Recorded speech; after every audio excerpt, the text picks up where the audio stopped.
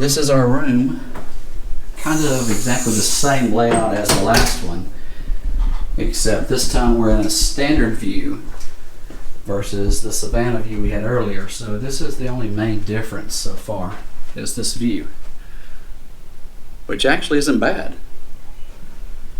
We have the pull-out sofa for a bed, the queen bed, and of course everything's like it was.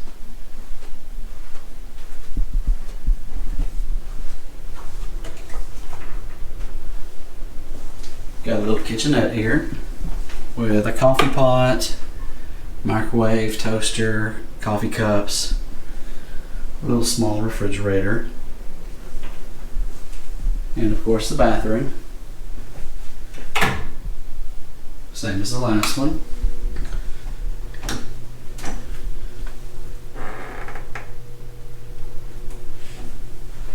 And this is our standard view studio at Kidani. These are exactly the same as the cash rooms. The only difference is the cash rooms have 2 beds where this one has a pull-out sofa.